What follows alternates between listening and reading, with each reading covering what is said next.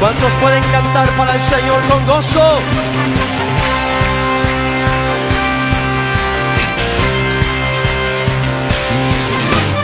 Yo cantaré en la presencia del Señor con gozo y me gozaré, en la casa de Adonai danzaré. Yo cantaré en la presencia del Señor con gozo. El Señor Jesús dijo: mirad y guardaos de toda avaricia, porque la vida del hombre no consiste en la abundancia de los bienes que posee. La vida del hombre no posee en la abundancia de los bienes que posee. ¿Y qué es lo que pasa? Este mundo nos guía a las cosas materialísticas, a las cosas materiales. ¿Y qué es lo que pasa con nosotros como seres humanos? Siempre queremos algo, ¿no? Y nunca estamos satisfechos. Porque ¿qué pasa? Se compraron algo nuevo esta semana.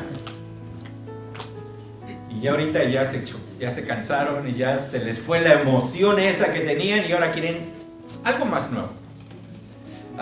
Hace tiempo me recuerdo que un problema que yo tenía eran las computadoras. Y yo me esperé por muchos años porque dije: quiero tener la computadora perfecta. Y finalmente me la pude comprar. A la semana, ¿qué creen que pasó? Salió otra. ¿Y yo qué quería? Bueno, ahora quiero la nueva. Ya no quiero esta viejita, ahora quiero la nueva, ¿no? ¿Y qué es lo que pasa? Toda la promoción que hay dentro de la televisión y de cantidad de lugares, siempre nos están poniendo esto de querer ganar más, de querer tener más, de querer tener todo eso. Pero el Señor pone y da esta frase ahí: la vida del hombre no consiste en la abundancia de los bienes que posee. La vida del hombre no consiste en la abundancia de los bienes que posee. Vamos a estar mirando la vida de 4 personajes, la vida de 4 hombres, 4 vidas que 2 de ellos son reales, personas físicas que tuvieron este encuentro con el Señor, y las otras son historias que el Señor dio, pero que tenían que dar cuenta también delante de Dios. Ahora, estos hombres nos van a estar enseñando varias cosas interesantes. Vamos a analizar las palabras que ellos dijeron, vamos a estar analizando sus reacciones, cómo reaccionaron ellos frente al Señor. Vamos también a mirar las decisiones que ellos tomaron. Muchas de ellas fueron buenas, muchas de ellas fueron malas. Y por último vamos a ver las consecuencias que estas decisiones trajeron. Ahora, a través de estos 4 personajes vamos a tener una aplicación también para la vida nuestra, para cada uno de nosotros, de lo que el Señor también espera de cada uno de nosotros. Y estos personajes nos van a estar enseñando, creo que sabemos todas las historias de ellos, pero nos van a estar enseñando lo que el Señor espera de cada uno de nosotros. El primero de ellos, el rico insensato. El segundo que vamos a estar hablando es el fariseo. El tercero que vamos a estar hablando es el joven rico. Y aquí hago una aclaración: el joven en la palabra de Dios no es un joven de nuestros tiempos de ahora, porque nosotros cuando decimos joven tiene que ser no más de 20 años, ¿no? Sino, no, es un jovencito. Bueno, en la palabra de Dios un joven podía ser hasta de 30 años, así es de que por eso hago la aclaración ahí del joven rico. Y por último vamos a estar hablando del leproso.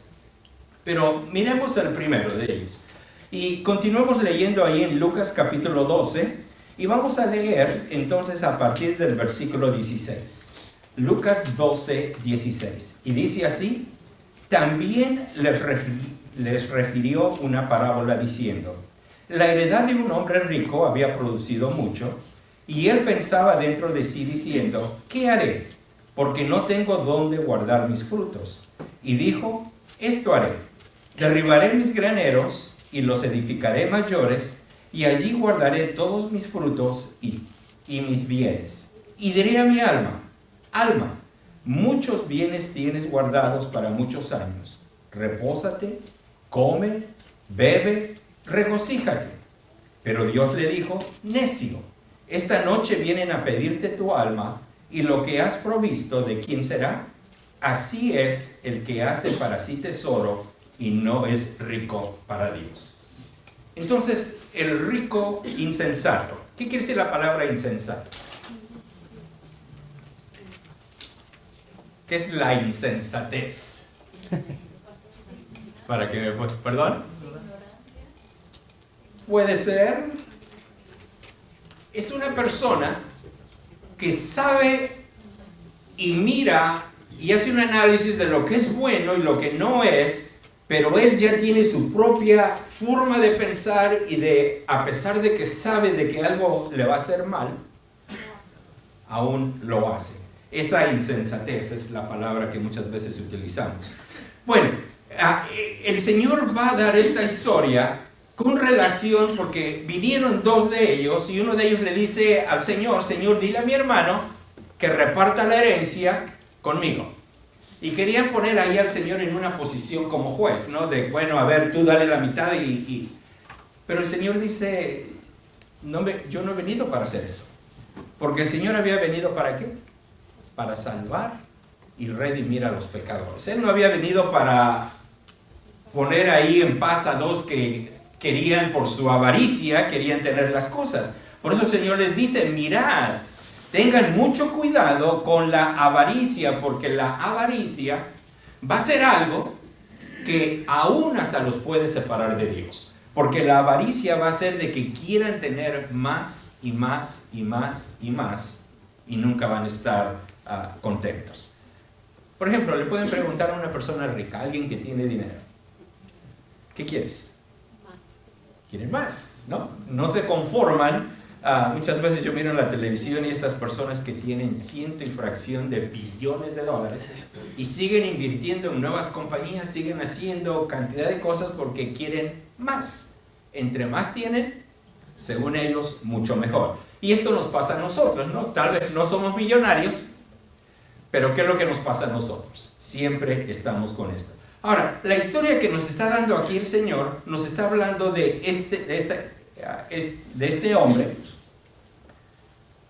rico, tiene campos, sus campos han producido mucho, y nos lo podemos imaginar en la tarde a este hombre que está caminando, observando sus campos, observando las casas que tiene, y tal vez se queda meditando ahí por largo tiempo, pensando, ¿no? Con su mente, ¿qué voy a hacer? Porque tengo mucho trigo, tengo mucho de este otro fruto, y mis graneros pareciera de que ya no son suficientes, y entonces él se pone a pensar, ya sé qué voy a hacer. Voy a destruir todo y lo voy a hacer mucho más grande todavía, para que así pueda almacenar todo esto. ¿Y qué es lo que hace después? Él mismo se queda ahí todavía pensando y meditando, y dice, le voy a decir a mi alma, ¿sabes qué, alma? Mira todos los bienes que tienes. Mira todos los bienes que tienes. Y él pensando dentro de sí, esto es equivalente a dinero, y este dinero es suficiente para mantenerme aún hasta cuando yo muera. Pero demasiado dinero. Por eso es de que lo lleva a decir, dice, muchos bienes tienes guardados para muchos años. Guardados para muchos años. ¿Y qué se dice al mismo? Dice, repósate. Come, bebe y regocíjate. En otras palabras, pásala bien.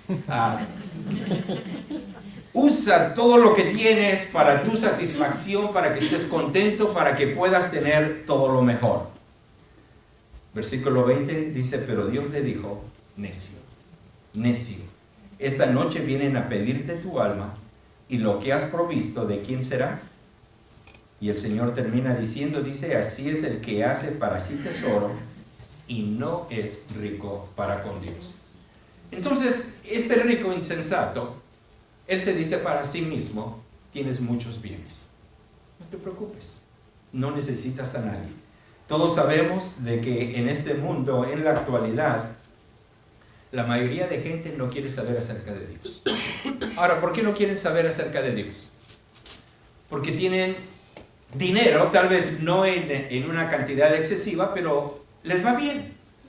Tienen casa, tienen esposa, tienen hijos, tienen trabajo, tienen todo. Y cuando se miran, dicen, tengo todo. No necesito a Dios. Yo solo puedo seguir adelante y yo puedo hacer las cosas. Y esto más que nada en muchos países se está mirando, pero muy reflejado, donde va uno y les quiere uno hablar acerca de Cristo y ellos te dicen, tengo todo, ¿para qué necesito a Dios? Yo no lo necesito. Y la historia que nos está dando aquí el Señor es del ser humano que en su pensamiento él cree que porque tiene salud, que porque tiene fuerzas y porque tiene un poquito de dinero, cree que esto es más que suficiente.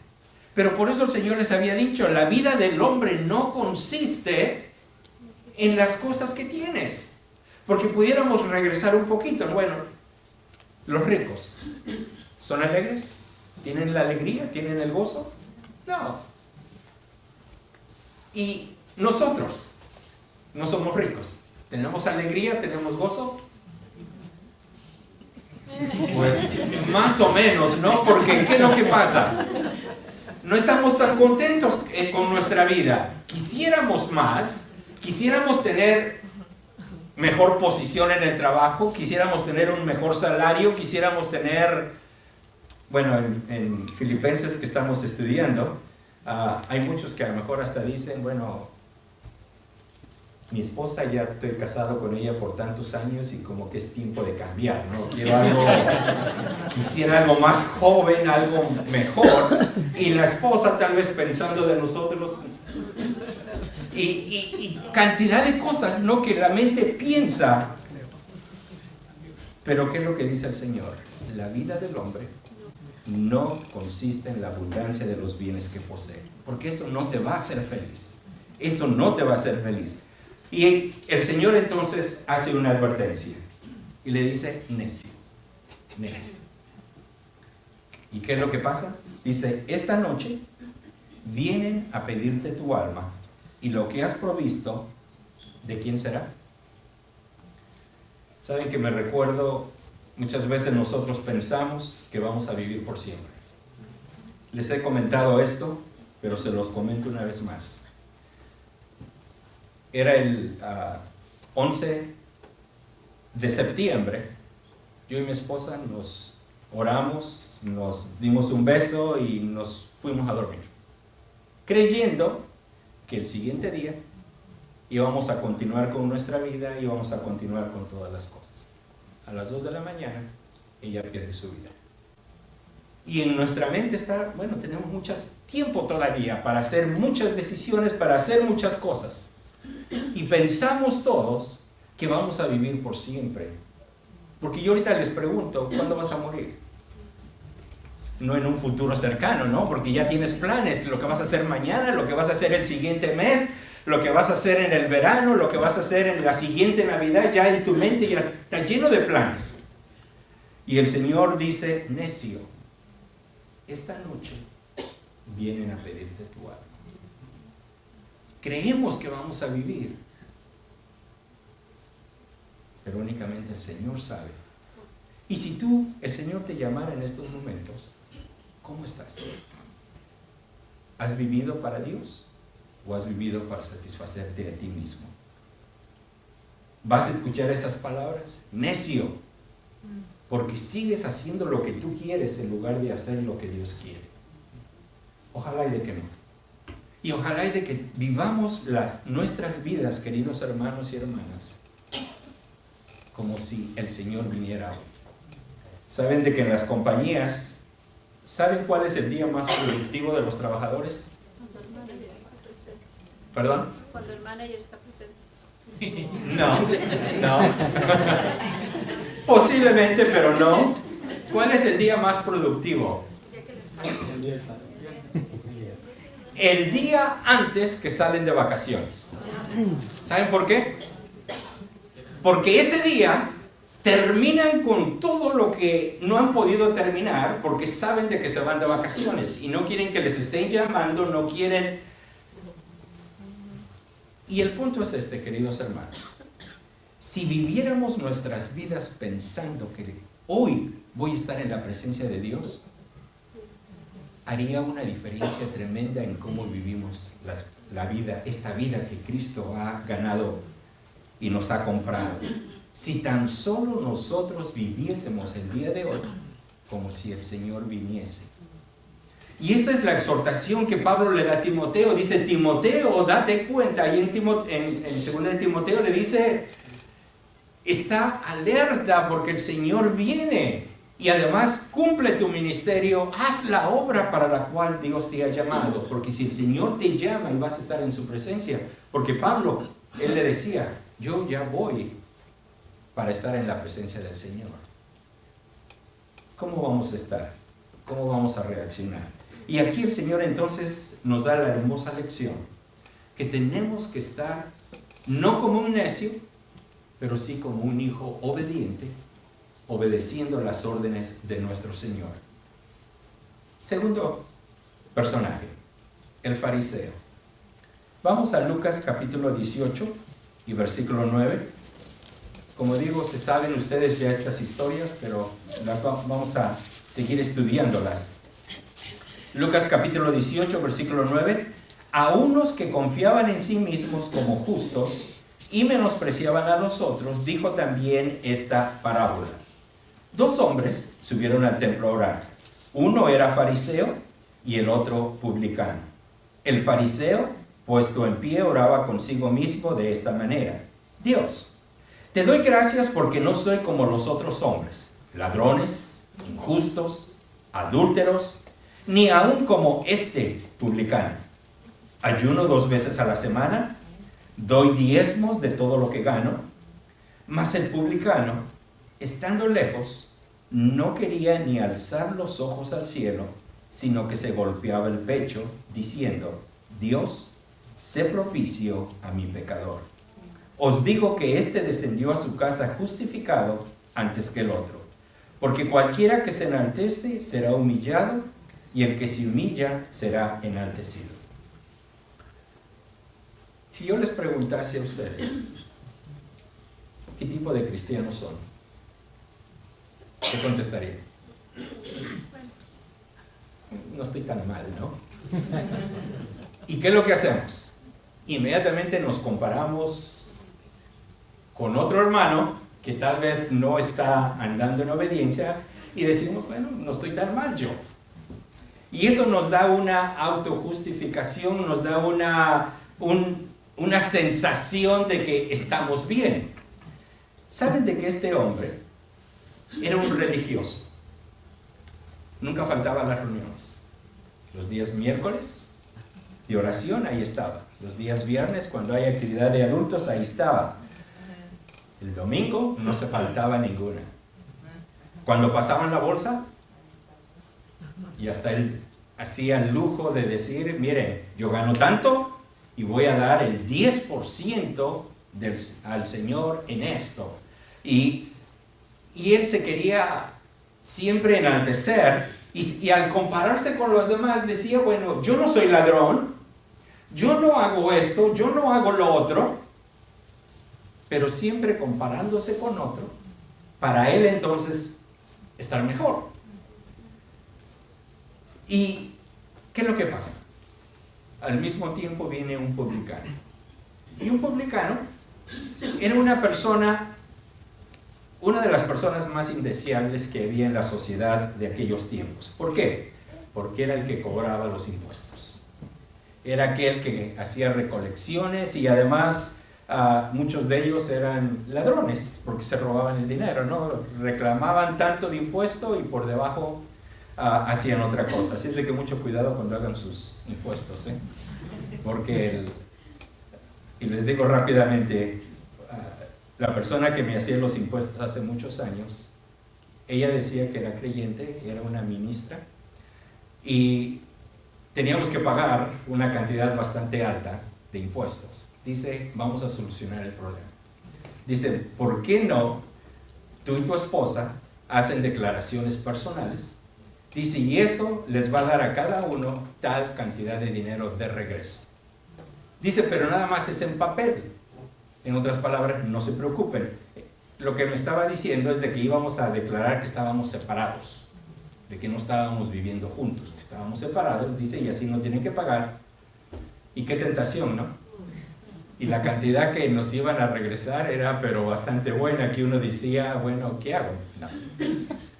El creyente tiene que hacer las cosas correctas. Y los publicanos los tenían en esa forma. Pero el fariseo era este grupo de personas que se creían arriba de la ley, que habían hecho que la ley de Dios, el nivel que Dios había establecido, lo habían bajado para ellos mismos acomodar todas sus cosas chuecas, toda su pecaminosidad, para que entonces ellos se comparaban y decían, bueno, yo estoy bien. Si se recuerdan, el Señor les tuvo que hablar fuertemente, porque ellos decían, bueno, Señor, yo no soy un homicida, yo no he matado a nadie. Y el Señor les tiene que decir, pero lo has pensado. Y con que lo hayas pensado, es como si lo hubieras hecho. Y por eso dice el Señor, yo no he venido a no cumplir la ley, he venido a cumplirla, he venido a levantar este estándar que yo había instituido, que ustedes lo han bajado y lo he puesto acá. Y sigue hablando ahí el Señor de varios ejemplos donde les está hablando fuertemente a este grupo. Y ellos se creían muy religiosos, eran según los que más cumplían toda la ley. Fueron los que más le añadieron cargas a cosas que no estaban escritas y que ellos pusieron que se tenían que hacer. Y él, si ustedes le preguntaban, ¿tú cómo estás con Dios? La contestación de él iba a ser, estoy bien. Es como si yo les pregunto, ¿quién es el mejor trabajador de tu compañía? Siempre salimos con nosotros, ¿no? ¿Quién más trabaja como yo? ¿Quién más hace más esfuerzo? ¿Quién más esto? ¿Quién más lo otro? Y recuérdense, este religioso, todo era acerca de él, lo que él hacía. Y saben, queridos hermanos, la vida no es acerca de nosotros ya más. Porque yo, ¿dónde estoy? Crucificado, yo estoy muerto y tengo una vida nueva, y esta nueva vida que tengo es en Cristo. Entonces la vida ya no es acerca de mí, ya no es de qué son mis planes, ya no es de lo que yo deseo lograr en la vida. Ahora es lo que Dios quiere hacer a través de mí, y todo es acerca de Él y para Él, y todo es para darle la gloria y la honra que Él merece. Entonces al fariseo, puesto en pie, y fíjense, ¿oraba con quién?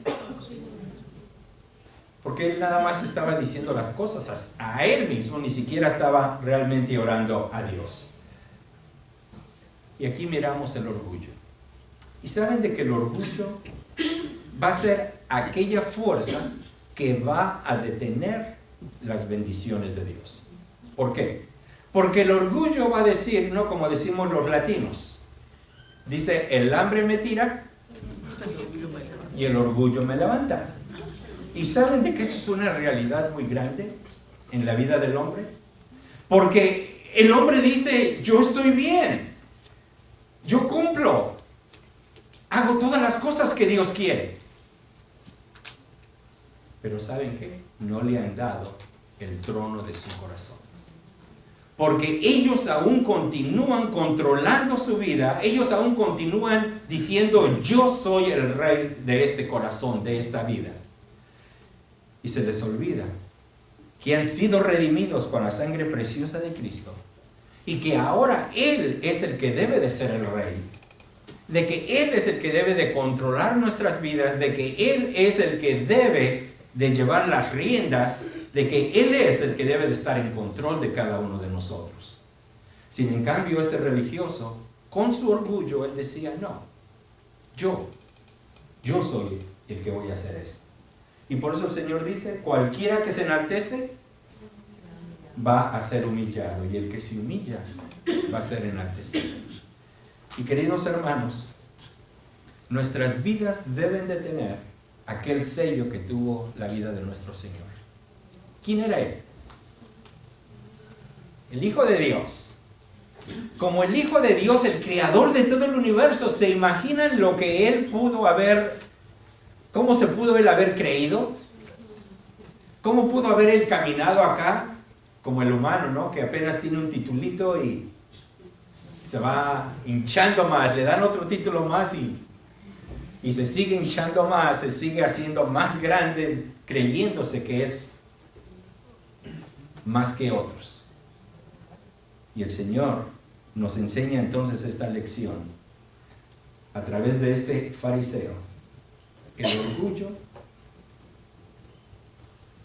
no nos va a traer nada bien. Lo que el Señor quiere de cada uno de nosotros es la humildad. Vamos con el joven rico. Lucas 18 y versículo 18. Dice, un hombre principal le preguntó diciendo, Maestro bueno, ¿qué haré para heredar la vida eterna? Jesús le dijo, ¿por qué me llamas bueno? Ninguno hay bueno sino solo Dios. Los mandamientos sabes, no adulterarás, no matarás, no hurtarás, no dirás falso testimonio, honra a tu padre y a tu madre. Él dijo, todo esto lo he guardado desde mi juventud. Jesús, oyendo esto, le dijo, aún te falta una cosa. Vende todo lo que tienes y dalo a los pobres y tendrás tesoro en el cielo y ven, sígueme. Entonces él, oyendo esto, se puso muy triste porque era muy rico. Al ver Jesús que se había entristecido mucho, dijo, cuán difícilmente entrarán en el reino de Dios los que tienen riquezas. Porque es más fácil pasar un camello por el ojo de una aguja que entrar un rico en el reino de Dios. Entonces tenemos ahora la historia de este joven. Un joven que, comparado al fariseo, los dos conocían la palabra de Dios. Los dos conocían lo que Dios pedía. Los dos conocían las demandas que habían sido puestas sobre cada uno de ellos. El religioso era un hombre orgulloso que él decía, yo ya he cumplido todo eso y no necesito que nadie me esté señalando lo que tengo que hacer. Este joven rico, él tenía un corazón un poquito más, pudiéramos decir, más noble, en el sentido de que estaba más abierto a lo que el Señor le estaba diciendo comparado al otro. Entonces, cuando él viene delante del Señor, y fíjense, él tiene una pregunta muy importante y muy interesante. Dice, ¿qué haré para heredar la vida eterna? ¿Qué tengo que hacer para heredar la vida eterna? Ahora, el Señor lo que le va a estar diciendo es, y como nos lo dice su palabra, de que no es por obras. No hay nada que tú y yo podamos hacer para podernos ganar lo que el Señor ha hecho por nosotros. No podemos hacer nada. Por supuesto hay una cosa que sí tenemos que hacer y al ratito la vamos a mirar. Pero cosas materiales de que yo tenga que trabajar o tenga que pagar o tenga que hacer algo, no puedo, porque la salvación es de Dios. Entonces, una pregunta muy interesante, ¿qué haré para heredar la vida eterna? Y entonces el Señor le empieza a hacer preguntas y le dice, los mandamientos te los sabes. Y el Señor le pone ejemplos, ¿no? Bueno, no adulterarás, no matarás, no hurtarás, no dirás falso testimonio, honra a tu padre y a tu madre. Y el muchacho, ¿qué contesta? Todo lo he hecho, dice, desde mi juventud. He cumplido todas estas cosas, así es de que nadie me puede decir, hey, tú no lo has cumplido, porque dice, yo lo he hecho. Y me puedo imaginar al Señor, el Señor ahí mirándolo. Mira un corazón real, mira a una persona que tiene deseos buenos, mira a una persona que tiene intenciones buenas y le dice, una sola cosa te falta. Una sola cosa te falta. ¿Qué haríamos nosotros si estamos tal vez tramitando documentos y cuando nos dicen, te falta un documento? ¿Qué es lo que hacemos? Nos apuramos porque queremos cumplir con las leyes y queremos obtener lo que querramos obtener. Y nos apuramos, tenemos esa urgencia. Este joven, ¿qué es lo que hace? El Señor le dice, aún te falta una cosa. Dice, vende todo lo que tienes y dalo a los pobres y tendrás tesoro en el cielo y ven, sígueme. Ahora muchos dirían, qué malo el Señor, ¿no? Quiere que viva en la calle, quiere que no tenga nada, ¿no? Porque vende todo lo que tienes y todas mis pertenencias, dárselo a los pobres y yo ¿con qué voy a vivir? ¿No? Uno pensaría, ¿no? Bueno, ¿y cómo le voy a hacer? Pero malinterpretamos lo que el Señor quiere. Porque saben de que todas las cosas materiales, recuérdense cómo empezábamos, la vida del hombre no consiste en la abundancia de los bienes que posee. Sin en cambio nosotros los abrazamos y no los queremos dejar. Y este joven estaba pero amarrado a sus riquezas. Y esas riquezas eran la piedra de tropiezo, eran lo que impedía que él pudiese realmente dar su vida por lleno al Señor y que pudiese realmente servir al Señor. Entonces, ¿qué es lo que él hace? ¿Qué es lo que hace este muchacho?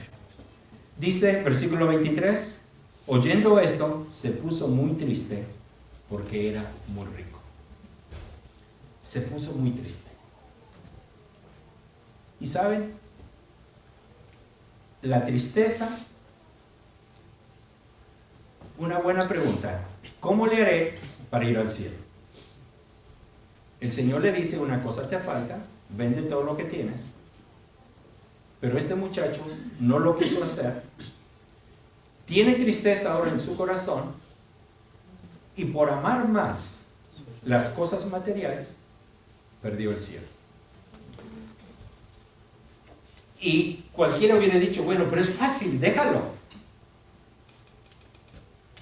Pero cuando nuestro amor no está para con Dios, las mismas cosas materiales van a ser nuestra piedra de tropiezo. ¿Qué es lo que pasa, no? Y aquí a los hombres más que nada les hablo. Queremos el mejor trabajo, queremos que nos paguen más.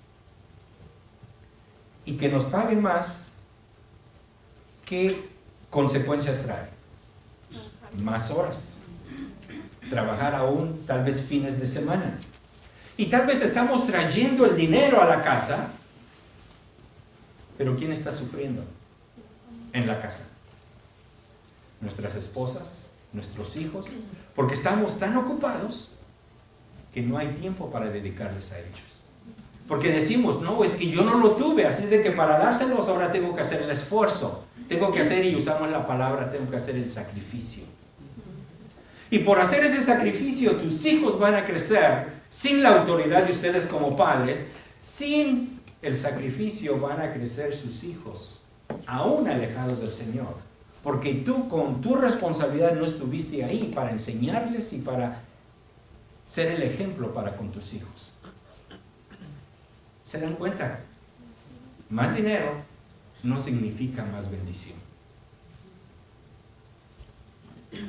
La lección que nos tocaba mirar en Filipenses era la de contentamiento. Nos tocaba este viernes pasado. La de estar contentos, tener contentamiento en nuestras vidas. ¿Y qué quiere decir esto? Por ejemplo, yo me recuerdo cuando yo estaba pequeño. No teníamos dinero, era de una familia pobre, pero ¿saben? Estábamos contentísimos. Nunca nos pusimos a pensar, wow, quisiera tener esto, quisiera tener lo otro. Ni siquiera pasó por nuestras mentes, porque nuestra infancia la pasamos de lo más alegre. Y ahora nosotros, aquí en este país, decimos, bueno, ya que yo no lo tuve, entonces se lo voy a dar a mi hijo. ¿Y qué es lo que hago entonces? Agarro 2 trabajos, a lo mejor agarro 3 trabajos, y sí, tu hijo tiene todo,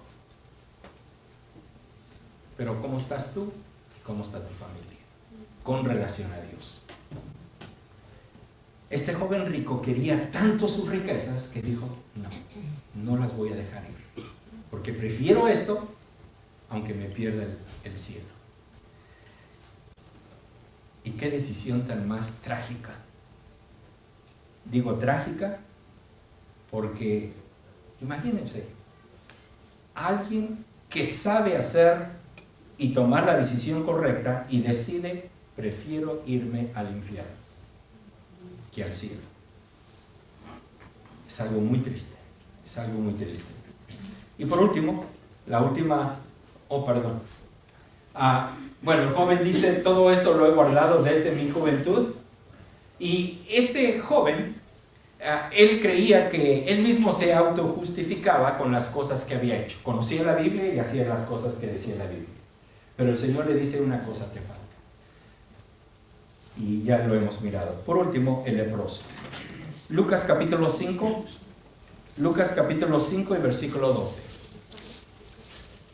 Lucas capítulo 5 y versículo 12 dice así: sucedió que estando él en una de las ciudades, se presentó un hombre lleno de lepra, el cual, viendo a Jesús, se postró con el rostro en tierra y le rogó diciendo: Señor, si quieres, puedes limpiarme. Entonces, extendiendo él la mano, le tocó diciendo: quiero, sé limpio. Y al instante la lepra se fue de él. Y él le mandó que no lo dijese a nadie, sino: ve, le dijo, muéstrate al sacerdote y ofrece por tu purificación según mandó Moisés para testimonio a ellos. Pero su fama se extendía más y más, y se reunía mucha gente para oírle y para que lo sanase de sus enfermedades, mas él se apartaba a lugares desiertos y oraba. Entonces aquí tenemos la historia de un hombre leproso. La lepra, una de las enfermedades más terribles y tremendas que hay. ¿Qué es lo que pasa? La carne, los músculos, todo lo que consiste en nuestro cuerpo, se empieza a pudrir, entran bacterias y se empieza a echar a perder, y poco a poco va avanzando esta enfermedad. Es como la bacteria, the eating bacteria, que es algo que se va extendiendo, va avanzando y va matando y va destruyendo. Al grado de que muchos de los leprosos, cuando ya por ejemplo les ha tocado toda la mano y ya está toda leprosa, ellos ya no sienten dolor porque todo está muerto, que aún hasta se le pueden caer pedazos de esa carne ya descompuesta, y él ni siquiera siente el dolor porque los nervios, todo ya ha sido destruido y esa enfermedad va avanzando. Entonces es una enfermedad horrible, por decirlo así, y tremenda. Ahora, desde el punto de vista social, era también un impacto tremendo, porque en este tiempo los leprosos no podían vivir en la ciudad. Tenían que vivir bien alejados de la ciudad, alejados de sus hijos, alejados de sus esposas, y no tan solo eso, pero si miraban a una persona acercarse a ellos, ellos tenían que gritar: inmundo soy, para que no vinieran con ellos.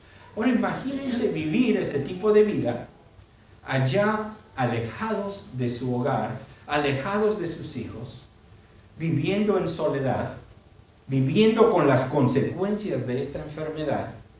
Una condición tremenda. Y pudiéramos seguir hablando de más condiciones de esto, pero algo tremendo, en pocas palabras.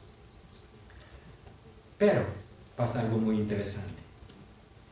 Escucha que el Señor anda por ahí, y él va y se acerca, a pesar de que la ley que habían puesto, y en este caso la palabra de Dios lo decía, ¿no? Cuando van allá en el Antiguo Testamento, la ley acerca de los leprosos, pero él aún tal vez le ha de haber gritado: Jesús, ayúdame.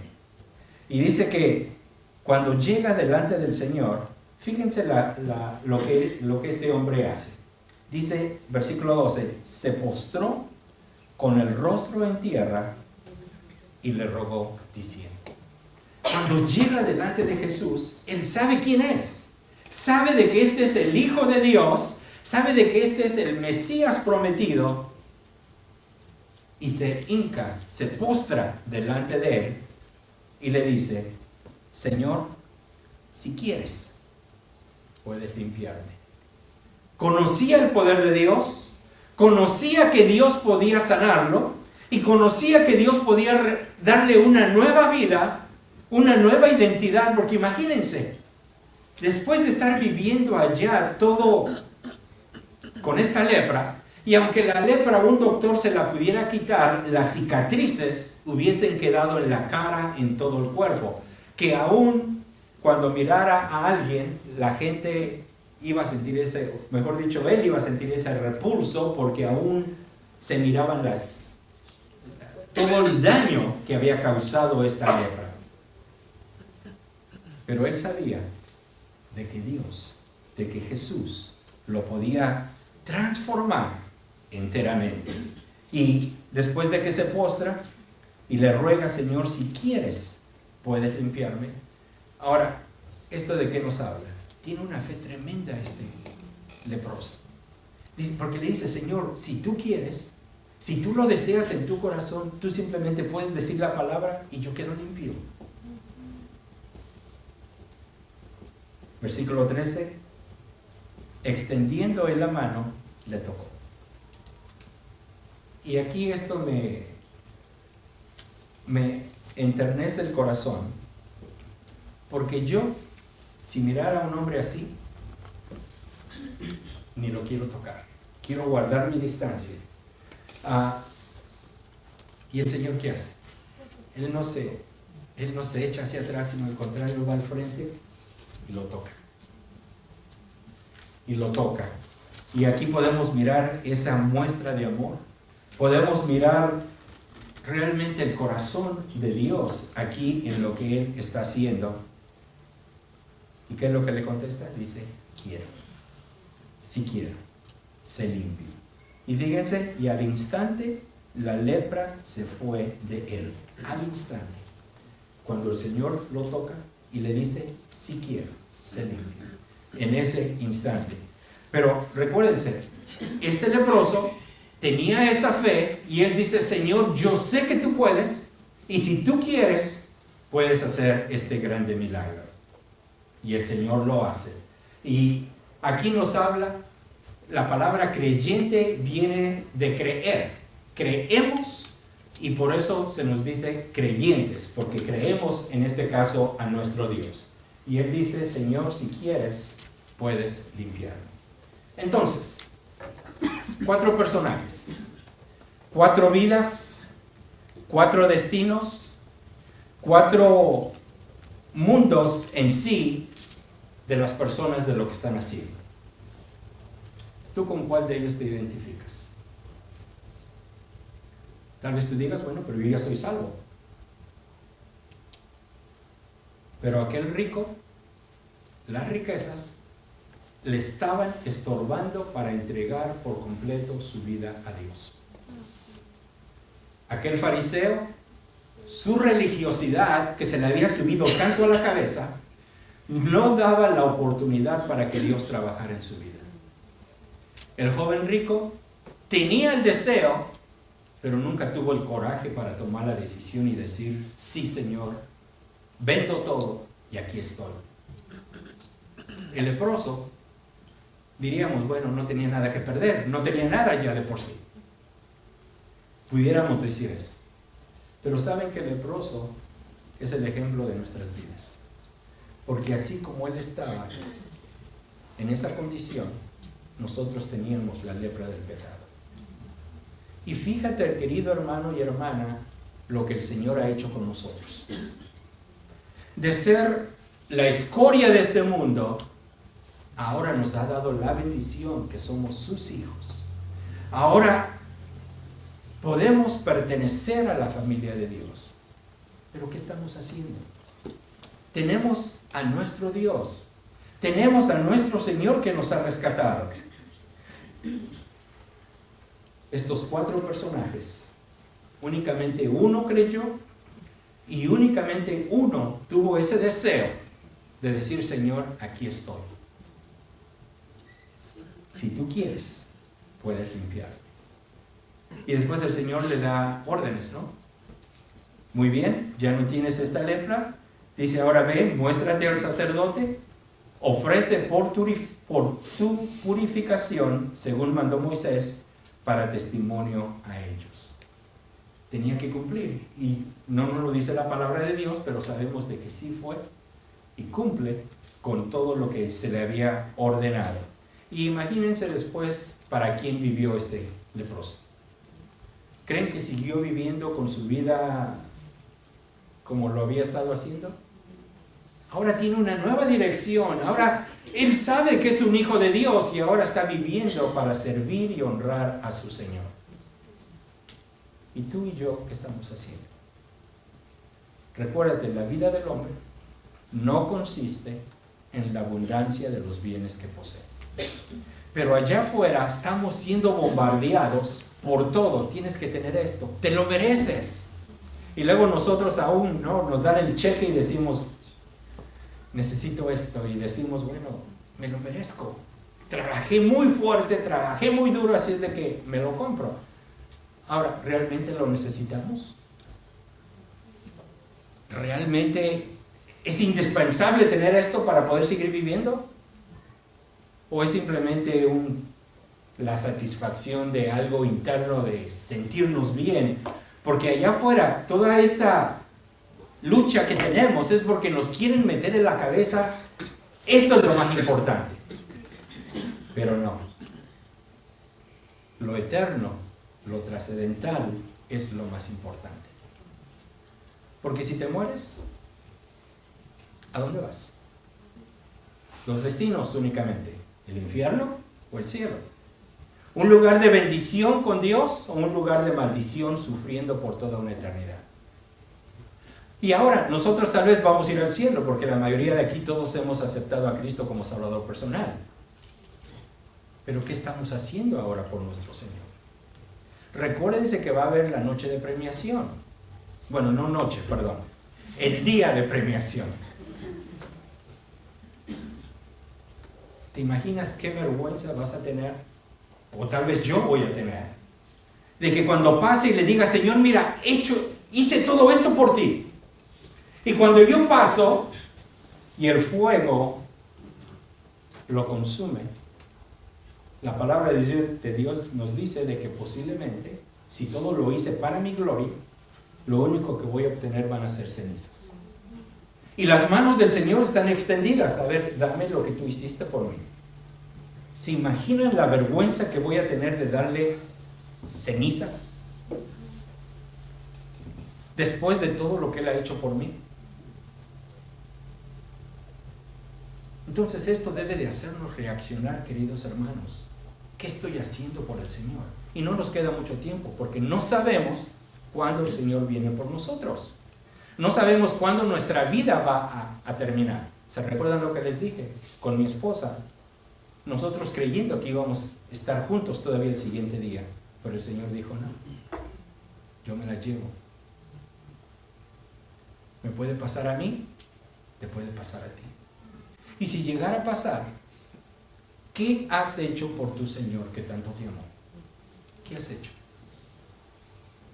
¿O somos como este religioso? Bueno, vengo a todas las reuniones. Y tal vez hasta pudiéramos decir, leo mi Biblia todos los días. Pero ¿de qué te sirve todo eso? Si tus obras no demuestran que realmente eres un hijo de Dios.